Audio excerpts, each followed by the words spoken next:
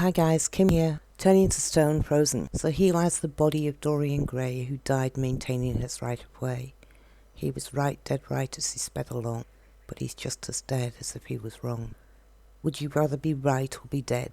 There is such a thing as being right for the wrong reasons.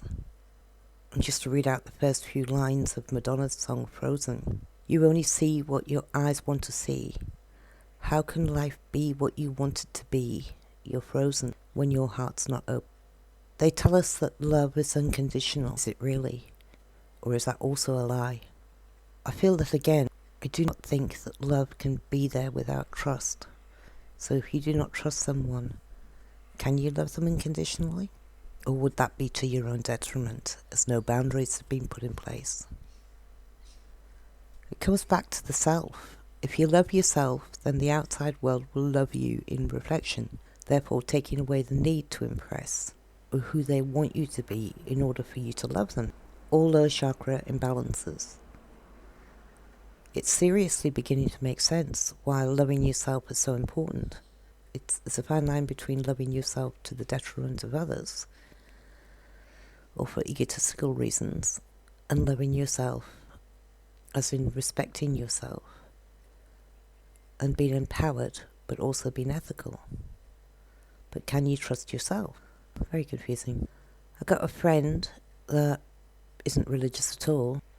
She visited me yesterday, and to cut a long story short, she was on public transport and a man got on with some kids, and he put his arm around one of the kids, and he had a tattoo on his arm, and it was quoting a Bible reference, and it said Philippians 4:13.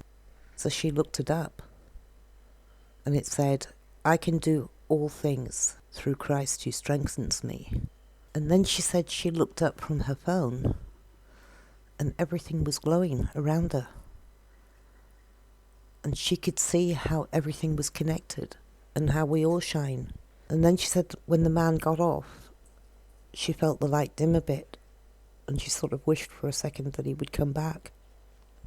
But then she became more aware of how some people's energy output was less than others, that some had a darker mist around them, while others shone like beacons. I made a video a couple of days ago about the movie Avatar and the term, I see you. That was the Navi greeting, and it meant more than just hello. This is a quote from the Avatar Wiki that I'll link below, but it says, to see is a cornerstone of the Navi philosophy.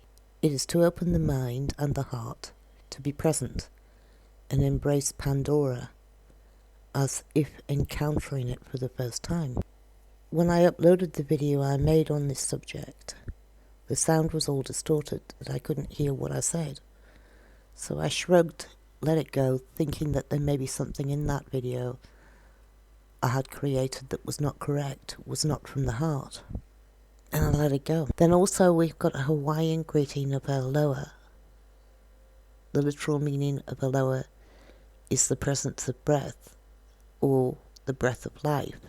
And it comes from alo, meaning presence, front and face. The ha, meaning breath. Aloha is a way of living and treating each other with love and respect. Its deeper meaning starts by teaching ourselves to love our own beings first, and then outwards spreading the love to others. I feel this is where we're going. I've had fleeting experiences of seeing people lately, but it's becoming more frequent, more apparent.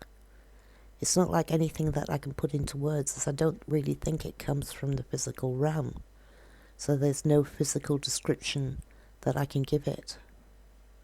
But I'm really curious if any of you guys are experiencing this.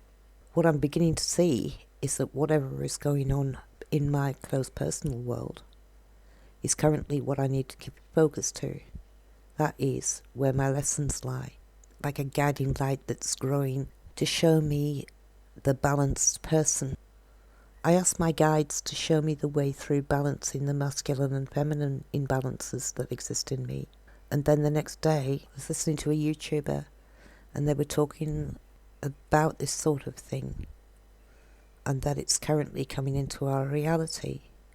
He was talking about doing a mushroom trip in the forest with his girlfriend, and how he was able to allow her to go off wandering in the forest whilst arguing with himself about his role as a male and hers as an empowered female. This is the kind of thing I'm talking about.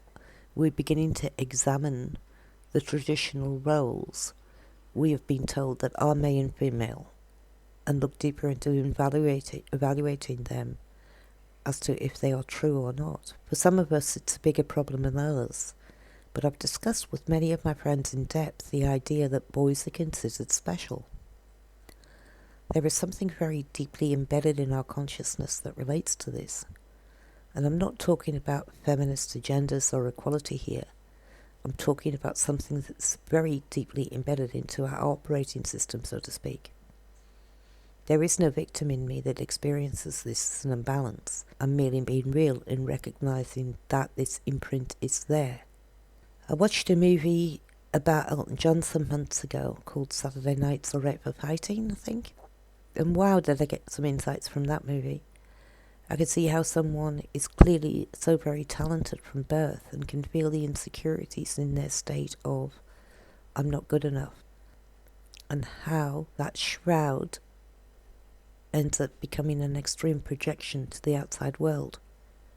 At the look at me with bells and whistles, but at the same time inside being the shy little boy behind the costume, unable to stabilize the energy input or output, and really struggling with it. So back to Frozen for a minute. If you're just being nice, notice again, ice reference contained in that word, then you are not being fair to yourself or others. You're not being authentic with your output, as you're trying to please others and yourself, rather than telling yourself and others what they need to hear, and therefore not being true to yourself, allowing yourself to shine, rather than worrying about hurting others' feelings or reflecting on it that they may not like you after the interaction. And how does our heart get frozen from the onset? Is it because of experiences in this world that make us shut down that love because things hurt us, and then we turn to ice because of it, banishing all experiences that come to us to invite us to overcome this ice state of being? Simply because of previous experiences? Is it a failsafe? I don't know, I'm just postulating here. Focus gives us the capacity to balance our mindset. If something comes through as being slightly off, then we need to recognize it. And how I deal with it is I write an intent out, always beginning with my pure intention is, and then I give the matter focus until such time I can see where the imbalances lie. We're doing amazing work here. We're growing all the time, navigating this reality with intention.